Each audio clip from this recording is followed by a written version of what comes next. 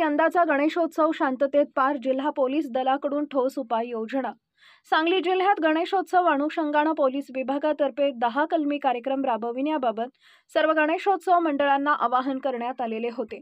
त्यात प्रतिसाद देऊन जिल्ह्यामध्ये 48 गणेश मंडळांनी रक्तदान शिबिर, 1 मंडळाने स्वच्छता मोहीम, 7 मंडळांनी आरोग्य शिबिर, 8 गणेश मंडळांनी ऑपरेशन सिंदूर, बेटी बचाओ बेटी पढाओ, अपघात आळा, स्त्री भ्रूण हत्या असे प्रबोधनपर देखावे, 10 गणेश मंडळांनी नशामुक्ती अभियान, 34 गणेश मंडळांनी वृक्षारोपण कार्यक्रम, 8 गणेश मंडळांनी सीसीटीव्ही कॅमेरे बसवले असून 31 गणेश मंडळांनी गरजू विद्यार्थ्यांचा वार्षिक शैक्षणिक खर्च उचलला असून 2 मंडळांनी वही वाटप असे कार्यक्रम घेतलेले आहेत।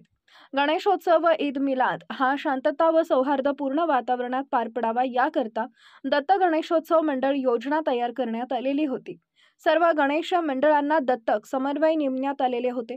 गणेशोत्सव मंडळाकडून आक्षेपार्ह देखावा प्रसारित होणार नाही याची दक्षता घेऊन गणेशोत्सव मंडळाकडून कायद्यांचे उल्लंघन होणार नाही याची दक्षता घेण्यात आली।